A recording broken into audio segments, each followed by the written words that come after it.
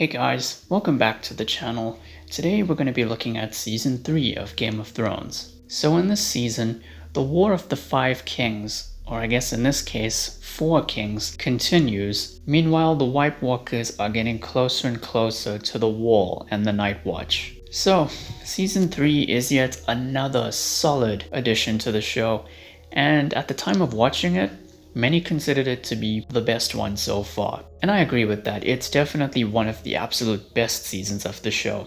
And not just because of the Red Wedding, which I'll get to later on, but there are so many other aspects of it that I really enjoyed. So let's get into it.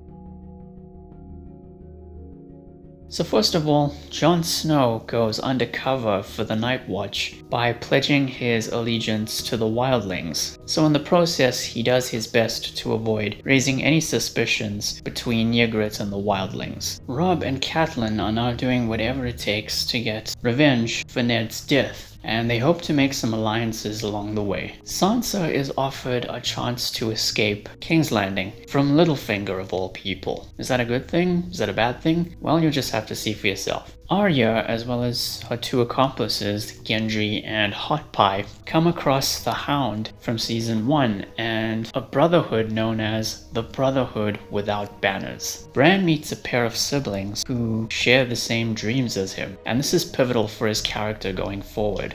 After Theon did what he did in Season 2, he gets captured, and what happens from there, it's debatable whether or not he deserves it. As for Jaime Lannister, this is the season where he became more complex and less straightforward of a character. While Brienne of Tarth is escorting him back to King's Landing across the Riverlands, something happens to him that kind of changes him forever. And he even has this really well-written and well-acted monologue about his involvement in the war that led to the death of the Mad King, Daenerys' father. Tywin Lannister is in full swing this season. He's literally firing on all cylinders. He forces Tyrion and Cersei into arranged marriages and tries to negotiate with the Tyrell family to pay for half of a royal wedding. He constantly lectures Joffrey on how to do his job as king. His hatred of Tyrion is on full display this season, and most of all, he vows to end the Starks once and for all. Daenerys arrives in Astapor to buy an army of brutally trained soldiers called the Unsullied, with the intention of infiltrating Yunkai in order to free a large number of slaves. And it's through all of this that she meets 2 characters who become permanent companions of hers throughout the show, Grey Worm and Missandei. Stannis Baratheon does something interesting this season. Using the blood of a specific character who I won't mention, he draws 3 leeches and throws them into a fire, calling for the deaths of 3 people: Robb Stark, Balon Greyjoy, and Joffrey Baratheon, just to get one step closer to sitting on the Iron Throne. Davos tries and fails to cut ties with Stannis, though he does spend an interesting amount of time with Stannis' daughter, and she even teaches him how to read, and this makes for some funny dialogue from Davos. Roose Bolton, who was introduced in Season 2, serves as a chief member of Robb Stark's War Council, though he has a more prominent role in the show from this season onwards, and it's interesting to see where his loyalty truly lies. So one of the things that makes this season very, very effective is the way that it handles the setup-payoff dynamic. You see, stories in general, regardless of what medium they're for, are basically just a series of setups and payoffs. In Game of Thrones, the first 2 seasons were mostly setups, with very, very few payoffs. However, this season manages to nail the balance between setup and payoff. Some setups from Season 2 are paid off here, while others are still being saved for Season 4, along with some new setups established in this season. And there isn't too much of either, there's just enough of both to keep you interested.